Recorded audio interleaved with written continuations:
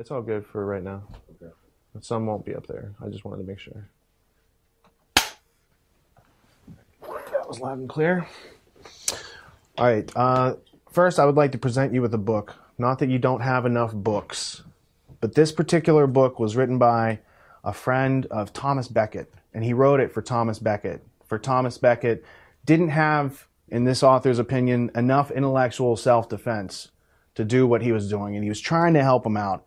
And his name is John of Salisbury, and it was written in the 12th century. And I thought, if there was such a thing as reincarnation, this guy reminds me of you, and that you would greatly enjoy this. I will read it with pleasure. 12th century defense Thank you, Rich. of logic and reason in a time of irrationality. And I took the liberty of, just in the prologue, I marked a couple pages there that has some, there's a couple quotes in there where he basically lays out why he's doing it. I thought, I got a chuckle out of it, and I thought you could always use a good laugh now and then. This will be the very next thing I read. All right, now I have one last bit of housekeeping. Let me see. If you could read that to the camera while, at the same time, holding this mug, and it'll be the intro for the episode. Or you could change it however you like. Give me the high sign. Hi, I'm John Taylor Gatto, and this is What You've Been Missing. Awesome. Yesterday, the name of R. Gordon Wasson came up, and you raised your eyebrows. What does that name mean to you? Well, it means to me soma, the magic mushroom, and that Wasson wasn't some fringe nut, but some Wall Street heavy hitter. So I read it with great pleasure, not once, but until it fell apart. Before you leave today, I have a DVD for you. I just have to burn it. I have the folder made and everything. And in there, I put Wasson's Russia, Mushrooms, and History book, which is very hard to find on PDF. So I just thought you'd get a kick out of it. I will get a big kick out of it. What does the name Anthony Sutton mean to you? Actually, I corresponded briefly with Sutton. He made the contact after he read Underground History. And his books about the rise of Wall Street and the rise of the Soviet Union and Wall Street and the rise of Nazism were important parts in a slow process of overcoming my own skepticism. I mean, I had all the pieces, or I had many of the pieces, rather, but they seemed to add up to a reality that I could find no hint of recognition of. And in the copious reading I had done and kept current, why weren't there any references to this at all?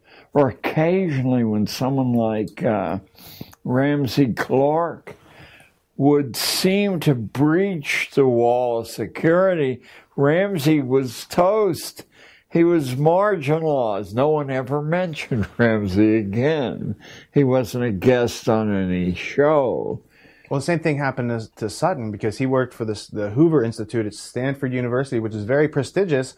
And then once they started reading his work, they're like, you can't write this. And he said, that's the ticket out of here. I must go find out what's going on. And I think he wrote like nine or more books on these various subjects. And when you see how Wall Street funded the Bolsheviks, and Wall Street was funding the Nazis and the Bushes and the Harrimans and all those families that were also eugenicists, and the ones that want to do compulsory schooling and tell you what to do with your kids and all these other things, like there's a very small knit group. And once you try to understand the philosophy of what makes them the utopians that are trying to shape everyone else's lives and violate their volition, I thought it was like, it's overwhelming to discover that. But then you discover someone like Lysander Spooner or Bastiat, Frederick Bastiat, and read the book The Law, and it's so simple. And yet, if you don't understand the simplicity, it's easy for these other groups to take it away from us. Yes. Very easy to marginalize as who has time for this nonsense. I mentioned in our session yesterday that as I was poking around for other reasons in the history of American adoption, I kept running into the people who were the architects of American schooling. And I said, what possible correspondence? The chapter in Underground History, Daughters of the Barons of Runnymede, is actually a kind of lens into my brain trying to prove to myself there was some sense in following this road. If the heirs of the people who fought at Runnymede had maintained an 850-year continuity, and then I found other organizations that had, I said, it's possible that someone with an agenda other than this. So, who was Ignatius Loyola? Well, Loyola was the founder of the Army of Jesus, the Jesuits, who penetrated the Reformation and eventually produced the phenomenon history records as the Counter-Reformation. They slowed the momentum down because the Reformation really is founded, although Calvin is the eminence grise, Luther's every man his own priest is this wild declaration of radicalism. To get rid of the religious priesthood is to get rid of all middlemen, yes. There were many countries that outlawed the Jesuits in the late 1700s, and one of those was the province or electorate of Bavaria. And then there was a Jesuit professor of canon law named Adam Weishaupt, who created a group. And what influence specifically has that group had on the education system? Well, to pursue that line would require so many illusions. I prefer not to enter an area where I can't field the hardest questions with substantive facts, but certainly the sense of powers behind the scenes very, very strong. Let me give you a few specifics. It's been clear since the beginning of standardized testing that the tests do not predict. And the best the most prestigious American universities have either dismissed it or kept it in pro forma place. But actually, as Harvard and Princeton told me, it's not a significant determinant. They just don't want to rock the boat, the glue that holds this pyramid together. They don't predict. Then why is 10% of the school year and school budget devoted to exerting stress on so many millions of people and through the children, their families? And why do so many innocently ignorant school teachers say this will determine your future when it only does if you convince yourself that it determines your future? It has no predictive power at all other than to signal this is someone who will memorize whatever you ask him to memorize. This is a useful skill. I'm an anti-skill. In the book, the Leipzig Connection, Basics in Education, toward the end of the book, after talking about Pestalozzi, it talks about Pestalozzi's mentor, who was Johann Caspar Lavater, who was working and experimenting on Swiss lower privileged children in a universal schooling system. He was also a Grand Master of the Illuminati. So since Pestalozzi and Lavater and all these other key figures that were in the Prussian education system were also members of the Prussian Illuminati, it just seemed natural to see the takeover and undermining of nationhood of our society, the taking away of our identity through the school system is also making we as a nation incoherent. And it just seems like there is a very militaristic strategy that's been in place a long time. And notice what the specific mechanism is. It's an artificial extension of childhood, theoretically to the grave, but certainly beyond the point where learning anything is easy. As long as you indulge childish fears and childish appetites long enough, you've effectively rendered somebody harmless. You can see it in its crudest form in the military, in the training of recruits, or in fraternities, in the hazing of freshmen. But actually, yesterday I hope we talked about Richard Branson and the turning point of his life at age 4, when his mother drops him miles from home. Throughout most of human history, anywhere on the planet, childhood is over by the age of 7, and even in the most permissive cultures, it's over by the age of 11 or 12. People are, even in our own country, at the beginning of the 20th century, a substantial number of young women at the age of 13 were married or becoming married. I'm thinking in particular of a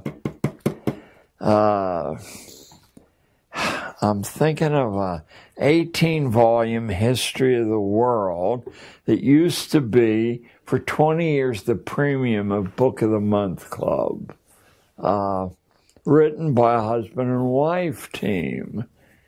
And still, a rather respectable history. Inside historians say it's not bad history. It's very, very... Did they also do a history of philosophy set? Yes. I have it. Gene O'Denning just sent it to me last week. I just scanned it in. It's on my desk if you want to go get it. There's like... All we need is the last name, and it'll trigger. And in any case, the fellow who had been trained, I think, at U Chicago as a historian, marries his wife, who becomes his co-writer, and Will Durant and Ariel. Ariel was either 13 or 15.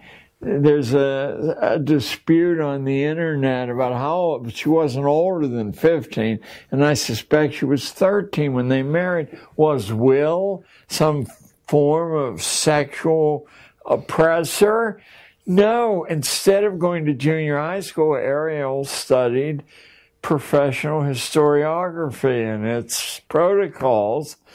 And she was a full partner in the writing, and Will died, predeceased her 10 years, and she continued to lecture, having begun her productive life when people began their productive lives. To extend this to the late teens or beyond the late teens is to fly in the face of the first admiral in American history being in charge of a warship. Farragut at the age of 12. Or George Washington being the surveyor of Culpeper County, Virginia in his mid-teens. Very entrepreneurial attitudes that they Or got. Jefferson running a plantation, his parents both dead, 250 employees. He's 12 or 13. But these examples go on and on and on. Why have we marginalized the young who, whatever they lack in experience, more than make up for in resilience, in acuity? They bring new eyes to old situations, which is the secret of scientific invention. So it's done because they're the most dangerous. They're the least overlaid with these conditioning. And of course, that must have been understood way, way back in history. Alexander the Great, after all. You're observing that values have changed since the time of our founding fathers, who were literate, autonomous, entrepreneurial. They also grew hemp. They knew the value of hemp. Come on, George wrote he did it for medicinal purposes, so I assume it wasn't. And Jefferson traveled the planet collecting different strains, and they had contests, and they wrote letters about their, hey, I grown this strain, and it does this, and they're like competing. And so the fact that you're not taught about this in school, and the role that hemp played in making the sails and the clothing and everything was hemp dependent. Oh, it's a miraculous fiber. There are some rather sober accounts of the lengths to which the Hearst family went because they were the largest forest owners in the country. They supplied the wood pulp for newspapers, but hemp newspapers are infinitely superior to wood pulp, so that they moved heaven and earth to create the narrative of reefer madness. So if we're using wood pulp paper to make books these days, we're not only killing trees, which eat CO2 and produce oxygen to make paper towels and toilet paper and all these other things beyond books, but I noticed that a lot of the books that are printed recently, the pages are disintegrating. And when you get old books from the 1800s, 1700s that are printed on hemp paper, they're still pretty, existent. We have a Johnson's dictionary from 1848.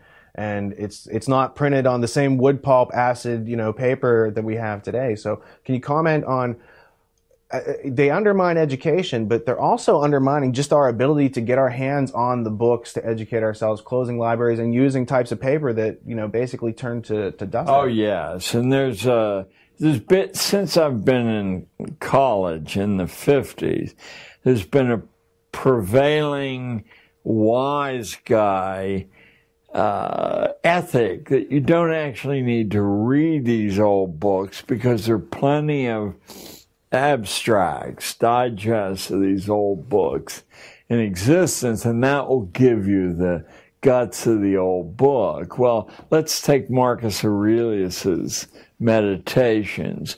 What the digests don't give you is the wealthiest, most powerful man in the world. I mean, I don't know if that confluence has ever existed after Aurelius, saying that nothing you can buy is worth having, and nobody you can order around with your power is worth associating with. That's a rather acid. So how old were you when you first met Marcus Aurelius? I was initially in translation in 6th grade in a coal mining town in western Pennsylvania, where it was offered in translation. And of course, it's eminently readable. And then in 9th grade, there was an option of reading it in Latin or doing something else. So my mother insisted that I read it, Julius Caesar in Latin, Gallias omnes suis and partes tres, at 75, Quorum unum incolant Belgia. We had to memorize the early part of it. But Caesar's Gallic Wars isn't some old piece of fustian that, if you're an elitist, you read to plug into the ancient world. It establishes the principle that a weaker force can whip a larger force by dividing. And being better prepared. Yeah. You can set the larger force against one another. And you see that in schooling, the ordinary classes are set against one another by constant, meaningless testing and small, inconsequential prizes being given to the people who test best and wiggle their hands in the air, so that the ordinary classes are divided for a period of 12 years through meaningless competition.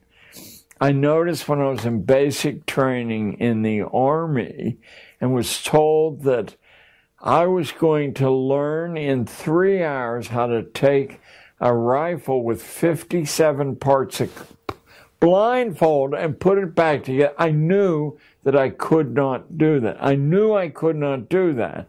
And yet, in a room with 500 other scared young people. We all did it.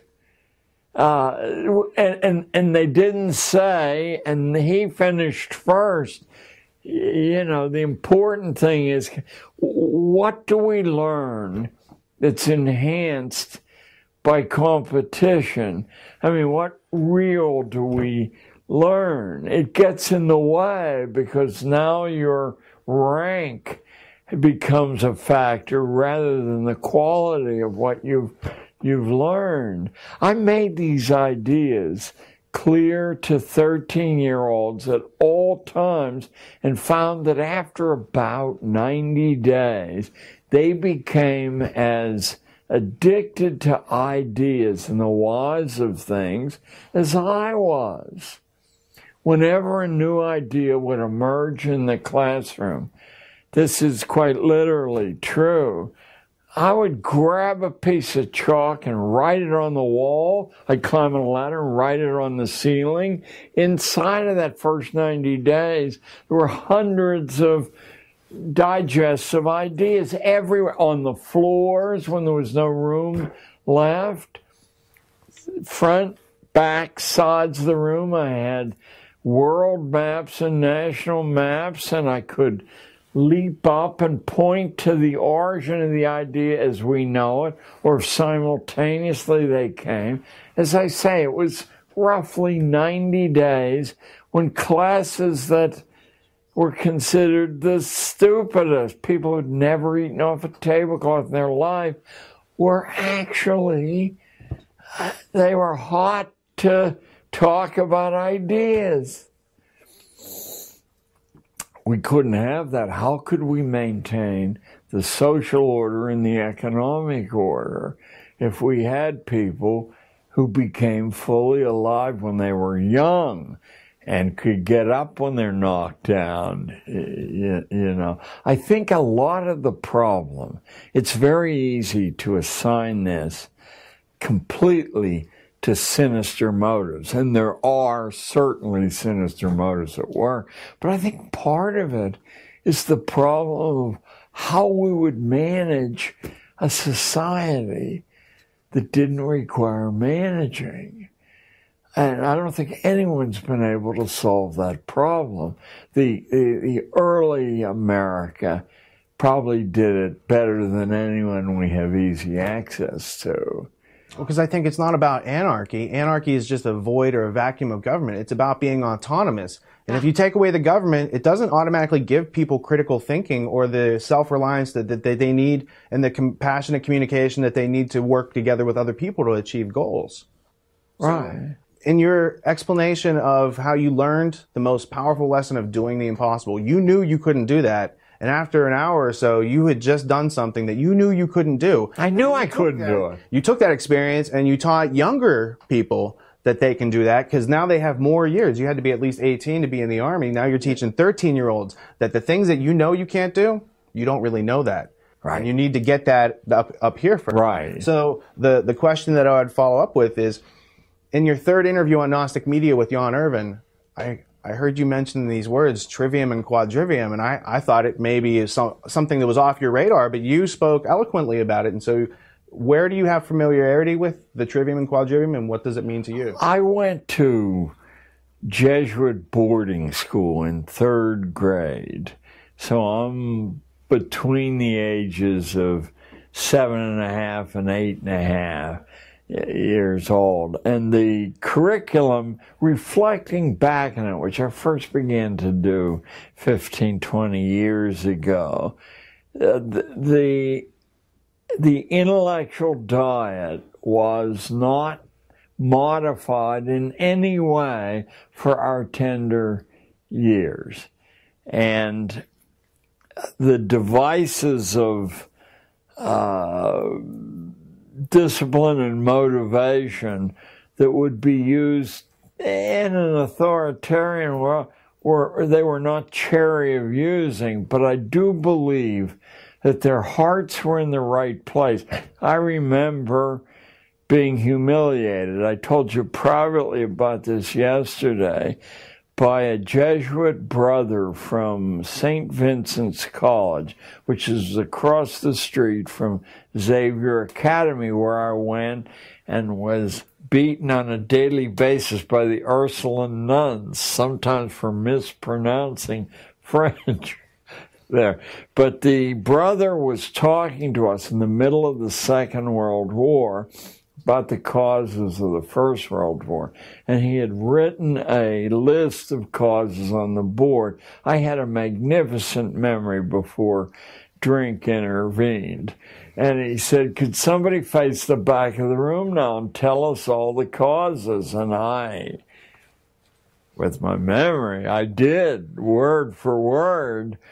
And he burst into harsh kind of laughter, and he said, you fool, you believed me. He erased the board and said, these are the causes of the war. Now could you do it? And now, chastened, I did, a lot less confidently. And this time, the room exploded with his scorn. He did it again. He erased the board. He said, you will never know the causes until you embed yourself into the primary documents and see how complicated a thing this is. That changed my life. I only wish I might have had a second year there, but before you can form your logical understanding, he said you need to get in check with the knowledge, the actual grammar. What are the artifacts? Yeah. Where are these things documented? What's primary sources? And it probably has occurred to other groups, but the intellectual part of the universal Christian religion, the Catholic Church, had a respect for scholarship. And what happens as you collect data is that it forms itself into patterns. And if you record the patterns and test them to see that they hold true, eventually that suggests behaviors. So that they created two formulae, a basic formula which Dorothy Sayers, and I'd urge all your listeners to read her essay, The Lost Tools of Learning. She's a marvelous detective story writer, and the detective stories really aren't genre stories. They're a comedy of manners about the British upper classes, but the trivium was becoming comfortable with a pattern of thinking in which you could dispel confusion. And then the quadrivium was pushing it farther into specialized areas. One of the huge mistakes that schooling makes, even homeschooling, is to organize the agenda and the goals in terms of subject learnings: English, math, social studies, science, because those categories, while better than chaos, are so crude they tend to mask what you're actually after. Take the universal study of the English language. What you're after is a mastery of the written language, the spoken language, and your own writing. So you've got these three divisions, and now if you're after those things, your measurement's not through memory, it's through performance, which is so much more accurate. As we spoke about a little earlier in this session, the standardized tests aren't predictive, and every first-class university knows that. You don't select people because they scored here on the SATs or whatever other tests are administered, because they end up disappointing you. And you waste people who who actually... In real life, we don't use standardized tests to make decisions, whereas you actually do use the trivium to observe, to process that information, and to make informed decisions. Right. And while there are personal variants, so I think the fundamental thing, as every philosopher in human history has said, is know yourself. This is the fundament. Now you can take principles like trivium and quadrivium, and you can do a personal adaptation of the, you know how they will work for you. But the course I actually followed at the beginning was to say, I know this is not good for the kids I've been hired to teach. And where will I find an unerring structure? I said, obviously it will be in the most expensive elite private boarding schools.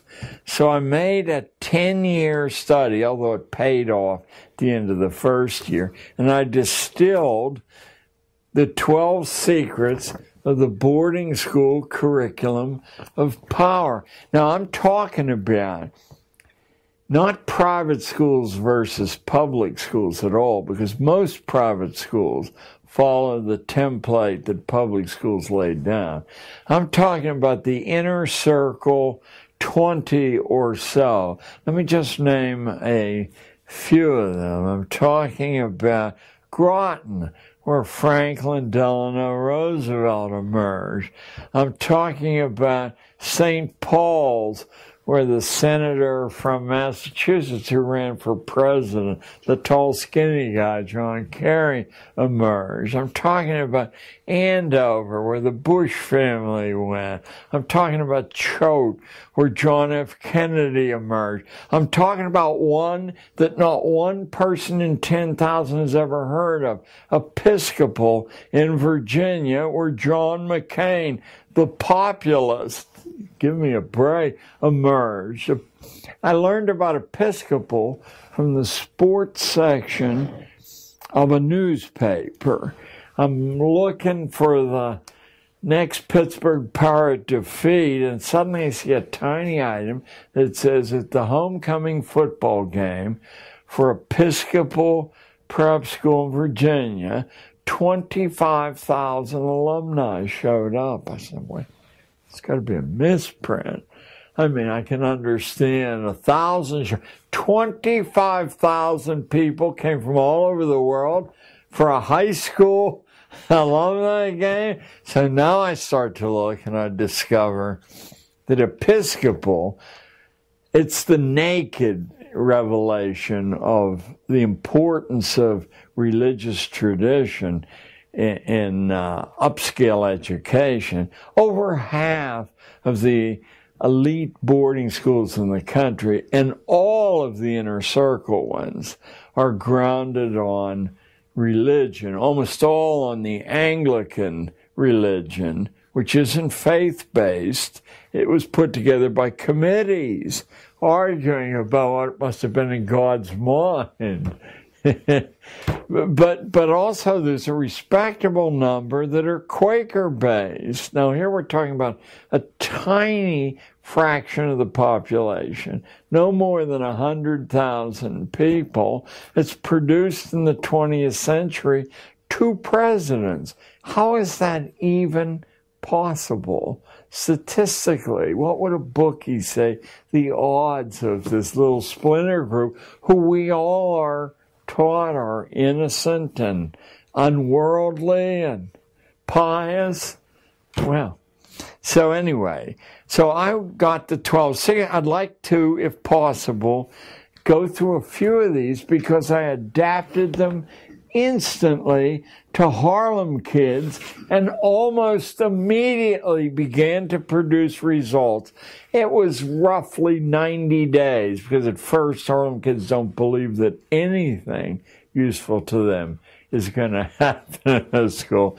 But after about 90 days, these kids start winning competitions with the inner circle kids of the Upper West Side of Manhattan. Instead of being amazed and wondered about I'm called in and accused of child abuse.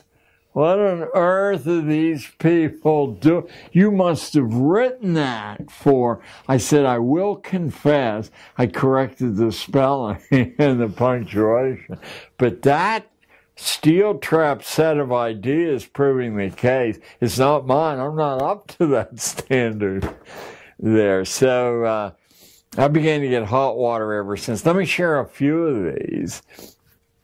We all are vaguely aware that literacy is at the heart of an intellectual inner life. But what we don't understand is that prior to the First World War, literacy commonly was divided into passive literacy, reading, and active literacy, speaking and writing. And none of us are aware that in colonial days, to teach active literacy to ordinary people was a crime. Why? Because reading, you're locked in your own head, and you still have the benefit of being able to read the boss's instructions about what to do. But if you can speak well, as our current president can, or write well, you can reach way beyond your own skull and recruit allies. That's a no-no for ordinary people. They're supposed to be so inarticulate, or their writing will look so funny with ink blots and things in it that no one treats them seriously. So strong competencies in the active literacies are at the core of elite private boarding schools like Groton, St. Paul's, Choate, Lawrenceville, Gunnery, Hotchkiss. And each one of those schools, by the way, has some legendary tycoon as a patron, or sometimes more than one. Canton, Connecticut is J.P. Morgan's baby. So, and this in no particular order. Insight into all institutional forms. You're supposed to know the logic, the steps that we arrived at a prison system or a library system or all the other, the military system, obviously. Third, here's a secret. Some of your listeners, watchers, viewers will be school teachers. And if you teach history or literature, you will run into a great deal of difficulty moving kids. But if you approach those subjects and share this with the kids, that what we're after here is not a good story or memorizing details from Jane Austen for the test. We're after a theory of human nature. And anyone who's written a book that lasts more than their own time has spent years closely observing people in interaction, and the trace left behind is an insight that you might spend a lifetime and never have. So that's what we're after, a theory of human nature drawn from history or philosophy or literature or law, or the greatest trove that's unexamined is theology. I used to go to auctions, and there'd be boxes of religious books, 50 cents or $1 from a century ago, and nobody wanted them at auctions. But I bought them because they were cheap, and one day I have a barn in upstate New York. I picked one up idly, and I was in the hands of an intense thinker who was drawing on all history and philosophy to create an insight into human nature there. And I said, interesting that theology is something that we don't regard at all if we're ordinary people. So a few other of the secrets of the boarding school curriculum of power. Mastery of the social forms. And I would say it didn't take more than 2 days to take kids who had never eaten off a tablecloth and get them to see that the signs they give off when there's an egg spilled on the shirt, or when they walk down the street listening to the radio, or when they're too aggressive in approaching somebody, shuts off opportunity. They're like little badges that I don't want to speak to that person. And a lot of what we consider as racial or ethnic prejudice is simply that the disguise of these social forms is unknown to the person who then is discriminated against. And I said, don't believe me. I said, I'm going to instruct you in a superficial gloss of how to approach people, and then the intellectual excuse we'll use is I'm sending you out of school for days to gather data for statistical processing. We're going to test the local comparison with what the New York Times says the nation is thinking. And I'll teach you the elementary statistics in one class session that you need. And it's a legitimate project, but meanwhile, you don't want to approach somebody and have them jump back or say, if you don't get away from me, I'll call the police. And that's what you think will happen because of the overt racial prejudice on the liberal west side of Manhattan. But it won't happen, I guarantee. Nor did it. Nor did it. The transition, I won't say it was 100%, but it surely was 80% simply from having a gloss on these social forms. And then this should tickle people watching this segment. Then suddenly I saw that the rules of access to the great institutions of New York City by young people, which required, let's say at the Sub-Treasury building where the gold is kept down in Wall Street, 1 teacher for every 5 students. Well, a public school class of 30 students, you're not going to muster 6 teachers. But I said to the kids, how do they know you're not a teacher? Well, we're only 13. Nobody knows that. They know it because you're chewing gum with your mouth open. They know it because you're scratching your head. They know it because you slouch. They know it because you giggle. They know it because you carry a notebook that falls on the ground every few minutes and paper goes everywhere.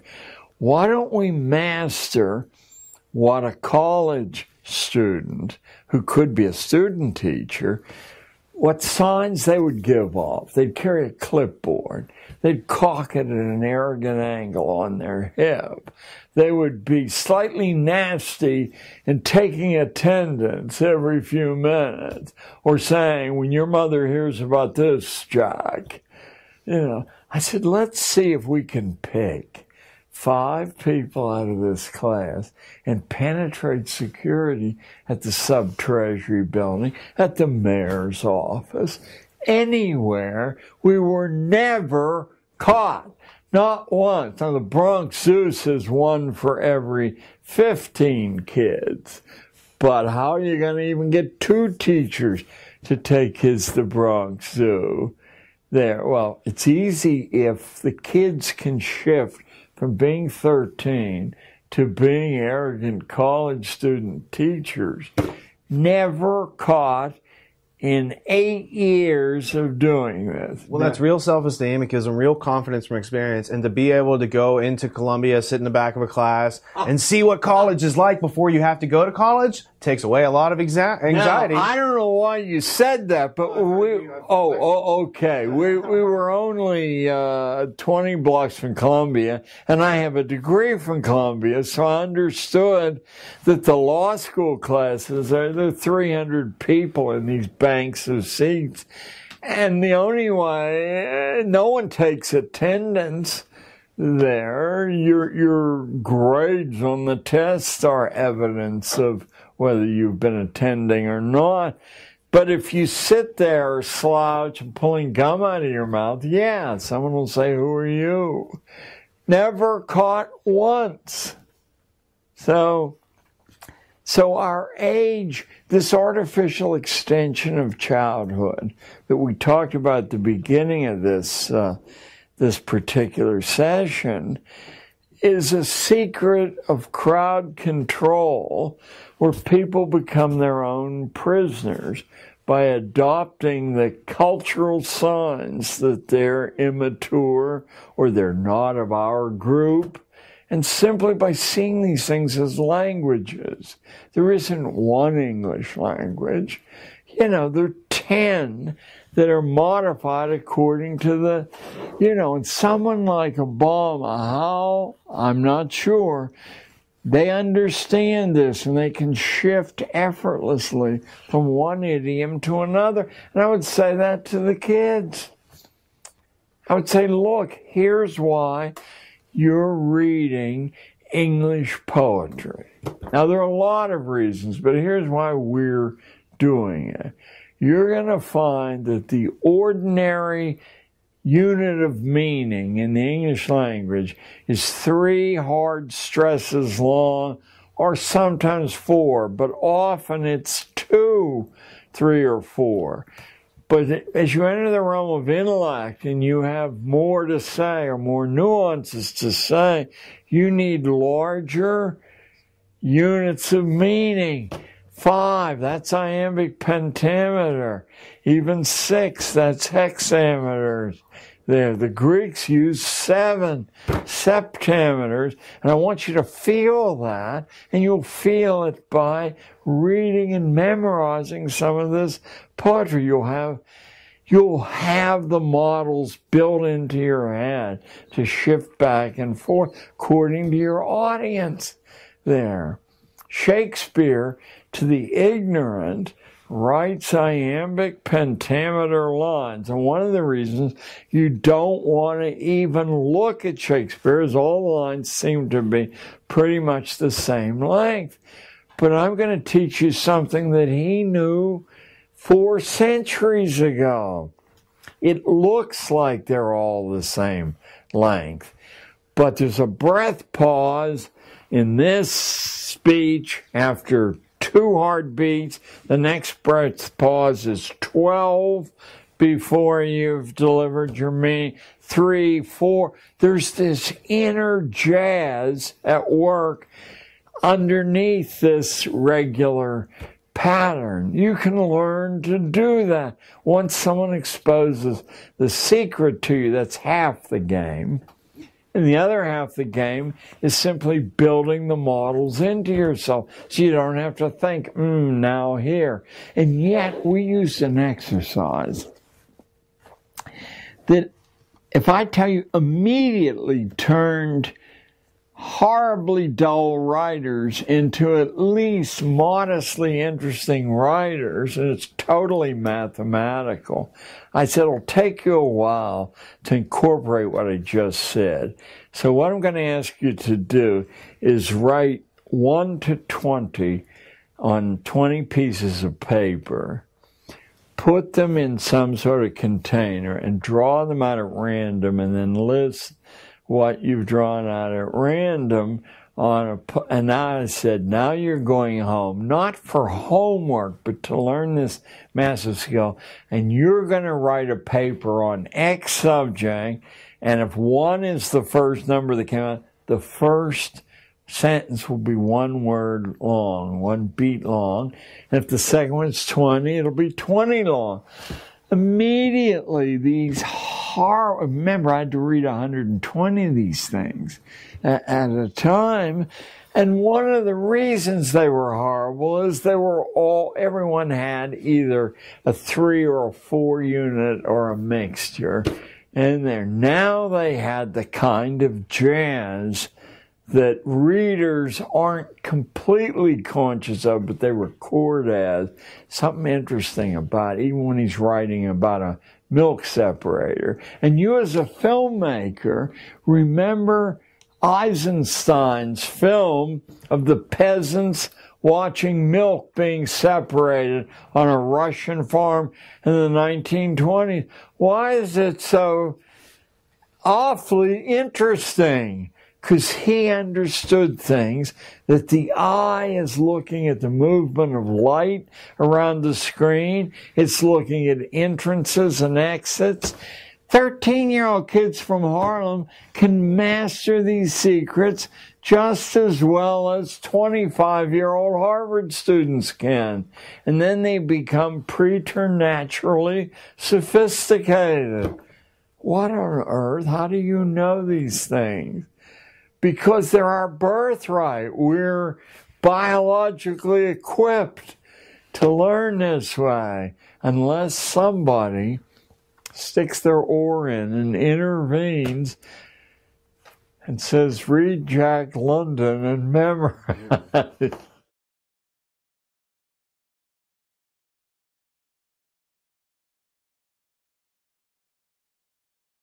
That's the school system. We've all heard about the hardware. What's going on with this camera? Okay, I just need you to, for a minute, if you could just reframe this camera, because I think something happened. And No, when I came in, the camera was moved. I guess someone was monitoring on it or something. Or... Either way, I just want you to make sure that he's focused. I think, and I won't be as windy and the rest, but I think that everyone will profit, and you'll see some evidences of the trivium at work here. These are the 12 secrets of the elite boarding school curriculum of power. Are we on yet, or just 1 second? We'll be back on. Because the next one, that's what people don't learn in public schools. Specifically, like what is different. They're doing this, and this is about their success in life and managing the other people who don't know it. Oh yeah, right. Well, the next one will be an absolute eye-opener that took me about 5 years to tease out of the admissions procedures at Sarah Lawrence or, the other inner circle colleges. You guys might as well do a tape change now. Yeah, no, mine's out. I have to. I'll turn these lights off.